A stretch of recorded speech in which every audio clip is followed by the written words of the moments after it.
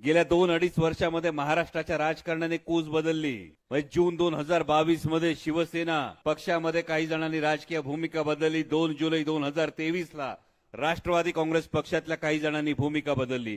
प्रत्येकाने सांगताना काय सांगितलं तर प्रत्येक जण विकासाच्या गोष्टीसाठी गेला।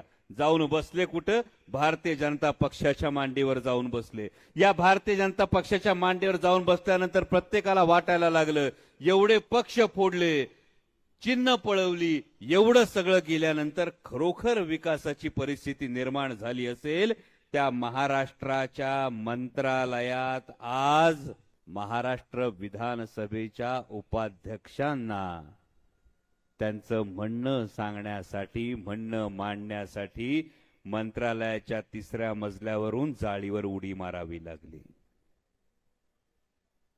ही इतर कुठली परिस्थिती नाही, महाराष्ट्रातल्या सत्ताधाऱ्यांची परिस्थिती आहे।